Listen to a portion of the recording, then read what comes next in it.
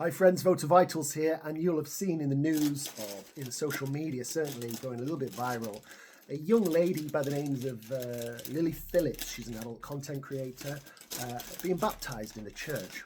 And the big question is she a Christian, and should she be getting baptised in a church if she isn't? Well, the short answer is no. If she's not a Christian, she shouldn't be getting baptised. So I'm going to put this all down to, because the majority of my followers, they're not Christian. So I'm going to make this really, really simple for you to understand the entire complexity of how a Christian can claim another Christian isn't a Christian. Yeah, you say to me, that's not very Christian of you, Mike, not calling Lilly Phillips a Christian. But friends, you have to understand that it's not my rules, okay? I'm just the messenger. So I want to compare it to this, and this is going to help you. This is really, really going to help you understand church and the Bible and Christians, and I want to do it in an illustration for you. So we have the Holy Bible here, friends, yeah? The Holy Bible. Think of it as a blueprint for life, and think of it as an ingredients book to know God, the one true living God. He wants to be known in a certain way. He's not an arbitrary God. He's not a God that we make up in our heads. No, he is to be known and personally known in the Holy Bible. Okay, so that set of ingredients is a formula.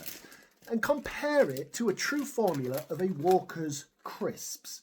Okay, Walker's crisps. That is the true formula of what a crisp is.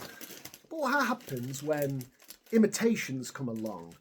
Things that look like crisps, taste like crisps, even want to be crisps. But they are not, because they are not the same ingredients. Friends, Lilly Phillips, unfortunately, is a quaver, right? Let me just get my bag of quavers I dropped on the floor. Now, this is hula hoops. So another one that Lilly Phillips is, she's a hula hoop. And that means that she doesn't have the true ingredients to know God.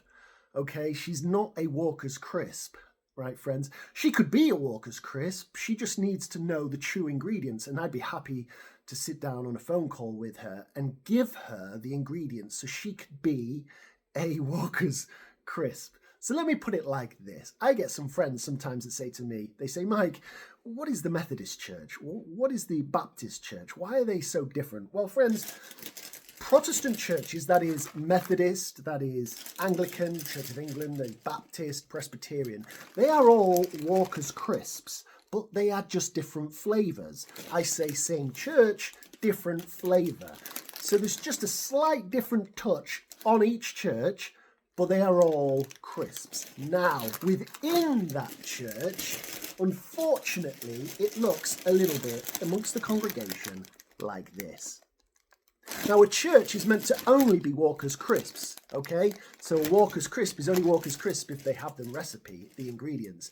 But unfortunately, there are imitators, charlatans, things that want to be crisps, but they don't really like all of the ingredients. They just want to be themselves, but claim to be a crisp. And that, unfortunately, friends, is what Lilly Phillips is, and that, unfortunately, she's not alone in that. There are many, many people in the church today that are not Walker's crisps, okay? There are lots of Watsits, lots of mini cheddars, and lots of quavers running around in the church today. But there's nothing really we can do about it. We can call it out. The Bible teaches us, it says, you shall know them by their fruit. All right, so for this analogy, we're going to say we'll know them by their ingredients. And so we know a Walker's crisps by its ingredients. And we can search those ingredients so far into somebody, but they can hide their true ingredients, friends, can't they? We know that. So let me finish on this, because I'm pleased if you've kept with me for this long, because I want to give you one last thing to notice, because you'll notice that I mentioned Protestant earlier. So where does that leave the Roman Catholics? Well, friends, there is a brand out there, a snack brand, that looks so much like a crisp. It feels like a crisp. It tastes like a crisp. It's even in the crisp aisle. And it's much more looking like a crisp than hula hoops, mini cheddars and Watsits combined. Let me tell you what the Roman Catholics are. They are Pringles. They are Pringles, friends, okay? So again, we don't hate the person, do we? We don't hate anybody. Absolutely not. There is nothing wrong with the person who professes Rome as their god. But Rome is the problem. The doctrine, the theology is wrong. It's error. The ingredients are wrong. So I would get on the phone, have a coffee with anybody who is a hula hoop, anybody who is a Pringle, and give them the true ingredients of what it is to be a Walker's Crisp. So friends, I hope that has helped you, and I hope that you've had a bit of fun there. I certainly have. And I'll look forward to welcoming you on the next one.